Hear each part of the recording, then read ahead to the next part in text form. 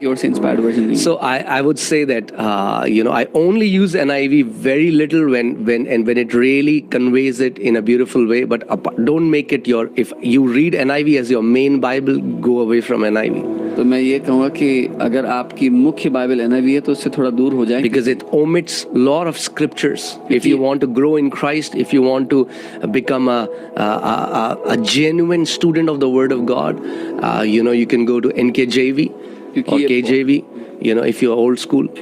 ये बहुत सारे वचनों को काट देता है या हटा देता है जो होने चाहिए थे. और अगर आप वचन का शिष्य बनना चाहते हैं तो आपको सच में NKJV पढ़ना चाहिए या फिर KJV अगर आप old school. But let's see it in NKJV now. NKJV में देखते हैं. 1 Peter 1:20-21. पहला पत्रस. He was chosen before the creation of the world.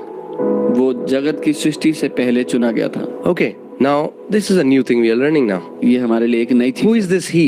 ये कौन है यहाँ पर जिसकी बात हो Who रही is he? कौन है ये जिसकी बात हो रही है? It's Jesus. यीशु की. And the Bible says he was chosen before the creation of the world. Bible कहती है वो जगत की सृष्टि से पहले चुना गया था. But was revealed in these last times for your sake. लेकिन इन अंत के दिनों में प्रकट किया गया था तुम्हारे कारण. He was chosen वो चुना गया था before the creation of the world जगत की सृष्टि से पहले for your sake. तुम्हारे कारण. Why was Jesus chosen? यीशु क्यों चुना गया था? Jesus was with the Father. यीशु पिता के साथ He existed always. वो हमेशा से ही था. But he was chosen for something पर वो एक ऐसी चीज के लिए चुना गया which was for our sake, and we'll learn it. जो हमारे लिए थी और हम सीखेंगे. Okay, let's go to the Bible. All right. Through him you believe in God. उसके द्वारा तुम परमेश्वर पर विश्वास करते हो. Through him. उसके द्वारा. Through him. Who is him here? Again, Jesus Christ. कौन है जिसकी बात हो रही है? फिर से यीशु मसीह की. Okay, so it is through Christ मसीह के द्वारा we are able to believe in God. हम परमेश्वर पे विश्वास करते हैं. Believe in God. परमेश्वर पे विश्वास. Who raised him? जिसने उसको जिंदा कर दिया, Who raised whom? Who raised Jesus? किसने किसको जलाया? From the dead. मुर्दों में से. And glorified him. और उसको महिमा दी. And so your faith and hope are in God. और वैसे ही तुम्हारी आशा और विश्वास परमेश्वर. Now I want to tell you, it's a beautiful truth. ये एक खूबसूरत सच है. Because there are so many people today. आज बहुत से लोग हैं. They are in Christ. They think, am I chosen? Am I not chosen? What is it? Are there? Or I'm not chosen because I don't have a great ministry. I want to tell you how glorious the gospel is. जो मसीह में हैं बहुत से लोग और ये कल्पना करते हैं कि मैं चुना गया हूँ या नहीं चुना गया हूँ, मेरी तो कोई सेवकाई नहीं है. पर मैं आपको बताना चाहता हूँ कि सुसमाचार कितना महिमा से भरा हुआ है. So hear this. सुनिए. Who was chosen? कौन चुना गया था? He was chosen.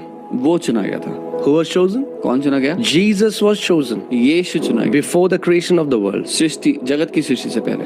And because I am in Christ. और क्योंकि मैं मसीह में हूँ. I am chosen. मैं चुना गया हूँ.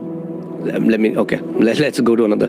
Let's see in the Passion Translation. 1 Peter 1:20. Passion Translation में इसको देखते हैं. This was a part of God's plan. ये परमेश्वर की योजना का हिस्सा था. For he was chosen. See, I love Passion Translation, but I don't like this. They have not used capital He for Jesus. Man, He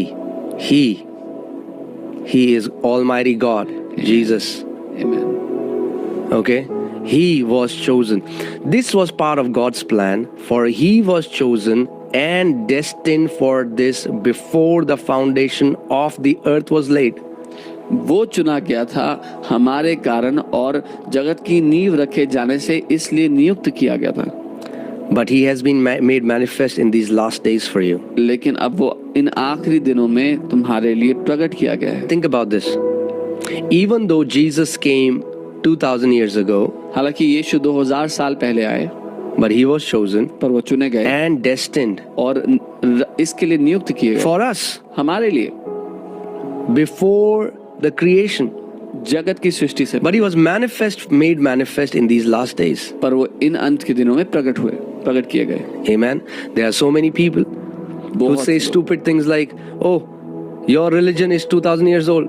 बहुत से लोग ऐसी मूर्खता भरी बातें कहते हैं, तुम्हारा धर्म तो 2000 साल पुराना है. We are not in a religion. हम किसी धर्म में है ही नहीं. Jesus Christ, Yeshu Masih, He is eternal God. वो अनंत काल का He says, I am the Alpha, I am the Omega, I am the beginning, I am the end. वो कहता है मैं ही अल्फा ओमेगा हूँ, मैं ही शुरुआत और अंत हूँ. But do you see this was a part of. Do you see what's the God's plan was? पर आप देखते हैं परमेश्वर की क्या योजना थी. Jesus had to be chosen for something यीशु को किसी चीज के लिए चुना जाना so that he could redeem the entire mankind. ताकि वो सारी मनुष्य जाति को छुटकारा दे. And in him और उसमें consisted the entire mankind. सारी मनुष्य जाति समाई थी. I want you to understand, like first Adam, when first Adam fell, we fell because we were in first Adam. जब पहला आदम गिरा तो हम सब भी उसके साथ पाप में गिरे क्योंकि हम उसमें थे पहले. Amen. In the same way, ठीक वैसे when Jesus became the last Adam and he was chosen by the Father, we who are in Christ, we were chosen with him. जब यीशु आखिरी आदम बना और पिता के द्वारा चुना गया तो हम सब भी जो उसमें थे चुने गए. Again, let me show you NLT. Let's see what NLT says. NLT में देखिए क्या लिखा है. God chose him. Again, man, NLT, you need to be better. God chose him as your ransom long before the world began. परमेश्वर ने उसको तुम्हारे लिए दाम ठहरा करके चुन लिया जगत के शुरू होने से पहले. Amen. But now in these last days he has been revealed for your sake. Hallelujah. लेकिन अब इन अंत के दिनों में वो तुम्हारे कारण प्रकट किया गया है. Hallelujah. Let's go back. वापस चलते हैं. Okay, let's go to Ephesians 1:3. 1:4. 1:4. All right. Just as he chose us in him. जैसे उसने हमें उसमें चुन लिया. Let me give you an example. मैं एक उदाहरण देता हूं. For